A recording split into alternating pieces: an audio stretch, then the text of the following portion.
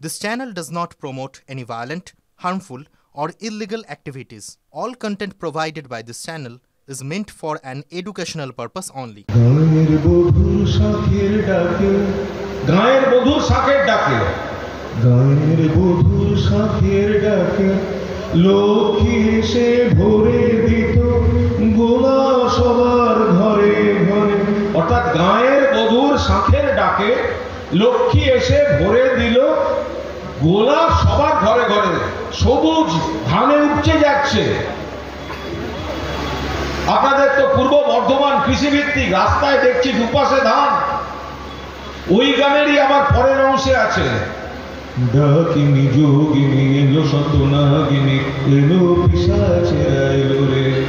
অর্থাৎ সেই গ্রামে ডাকিনী যোগিনী পিশাচরা আসছে।